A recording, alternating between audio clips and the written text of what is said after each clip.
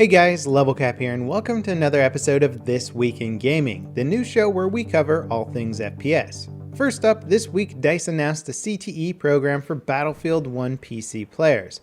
I covered the details of this announcement in a video earlier this week, including highlights from the first CTE patch. To summarize, there is a ton of new stuff coming to Battlefield 1 in the near future. DICE are doing an overhaul of the progression system, including ribbons and increased max class rank of 50. Players will also be able to vote for the next map after a match ends. The full patch notes are pretty extensive and mostly address UI issues and weapon balance. Personally, I'm really glad DICE are doing a CTE for Battlefield 1 this early in the game.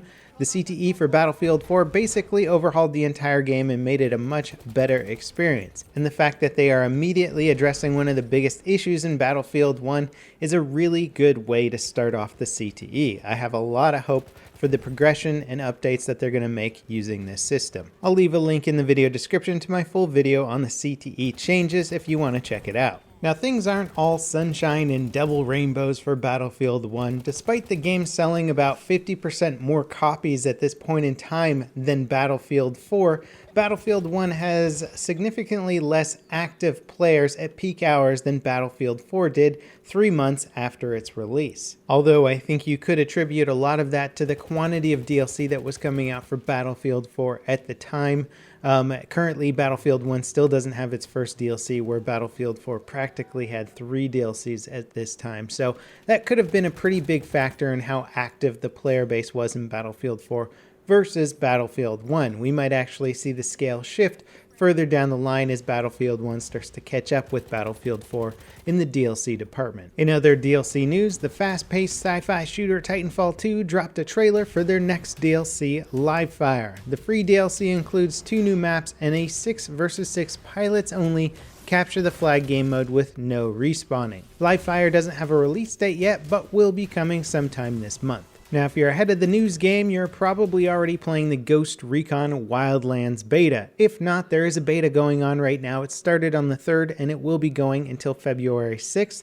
So get on that if you haven't already. Friends can invite you, so if you know somebody else playing it, they might be able to send you a friend invite. I had a video come out yesterday covering some of the single player basics of the game. I enjoyed it a lot, but beta is a great way to figure out if you really do like a game or not and sort of prepare yourself as to whether or not you're going to make a purchase. So again, check out the beta if you have the opportunity. Now, when it comes to other Ubisoft games, we also got a first look this week at the second new operator coming to Rainbow Six Siege in the Velvet Shell operation. Her name is Mira.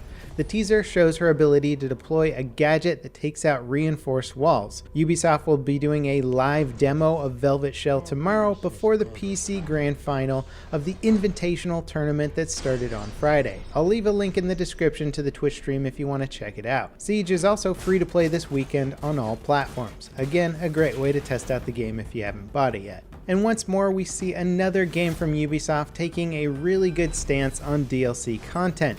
The melee combat title, For Honor, their first DLC will be delivered to all players for free, with Season Pass holders getting the content early and without having to unlock it. The Season Pass will include exclusive cosmetic content and XP boosts, but any playable content added to the game via DLC will be free. If you're interested in For Honor, they're doing an open beta on the 9th, so be sure to check it out. In upcoming game news, EA have officially announced that Star Wars Battlefront 2 will be launching during the holiday season this year. The sequel to the 2015 game will feature a proper single-player campaign this time around, as well as being set in multiple Star Wars eras.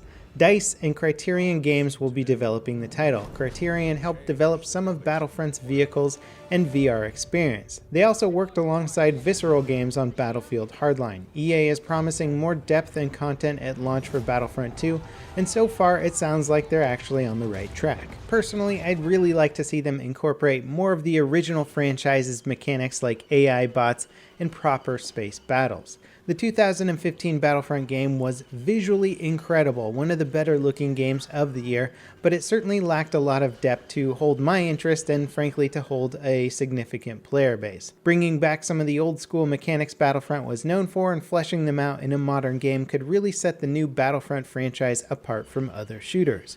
Aside from Titanfall, I really can't think of another multiplayer shooter with those kinds of features. The upcoming World War II shooter, Sniper Elite 4, also has a new gameplay trailer released this week, demonstrating the game's core features and new mechanics. The biggest new addition is probably the suppressed sniper rifles. In previous Sniper Elite games, your only option for suppressed weapons was a small handful of secondary guns.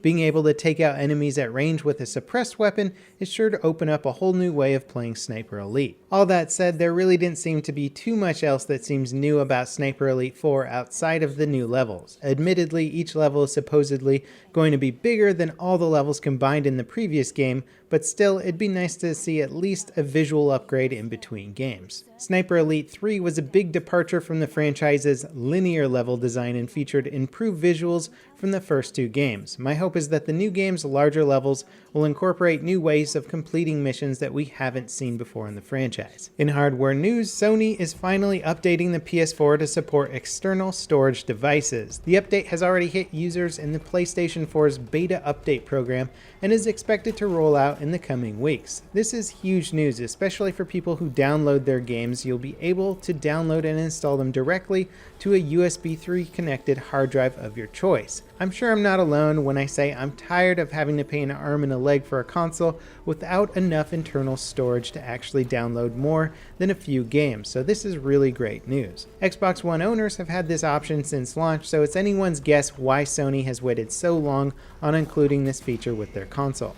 Though I guess it doesn't really matter considering Sony just sold more PS4s last fall than any other quarter. It's even selling at a faster pace than the PS2, which is the best-selling console of all time. Nintendo is also reporting that the Switch will sell at a profit from day one. Pre-orders for the new console have been strong enough that Nintendo is looking to increase production of them. Nintendo also revealed that the Switch's online service will be around $17 to $27, at least in Japan. The paid online services have been a sticking point for many critics of the Switch, especially considering comparable services from Sony and Microsoft run at around $50 to $60. The Switch's online services being nearly a quarter of the cost of competing services does kind of explain its somewhat lackluster offerings, but I'm still in the camp of why the heck are people paying for your online service in the first place? In other hardware news, Nvidia are changing the way promotional game codes work when bundled with their hardware. People purchasing Nvidia GPUs will now have the bundled codes tied to the Nvidia's hardware line. This means if you buy or trade the code for one of these bundled games, you'll need the Nvidia hardware in your PC to redeem it. That said, the codes add the games to whatever service they're sold from, like Steam or Origin, so once you redeem the game, you don't need the Nvidia hardware to play it. Hopefully this will slightly cut into the revenue of the PC key selling websites out there. Although I don't imagine it makes up a huge percentage of the games being sold, it will be one less avenue for people to get games on that market. ZeniMax, the publisher behind Doom, has won their lawsuit against Oculus VR. The jury in case didn't find Oculus guilty of stealing any trade secrets, but they did find Oculus and its founder, Palmer Luckey, guilty of a number of copyright and NDA violations. The judge awarded ZeniMax $500 million total in payments from Oculus, Facebook, and Luckey. Now, how this will ultimately affect the Oculus team is still unclear, but given Facebook's deep pockets and ownership of the company, I'm sure they'll ultimately be fine. In our final story this week, Blizzard has banned another 23,000 players from Overwatch in South Korea. That's on top of the 10,000 they banned just a few weeks ago.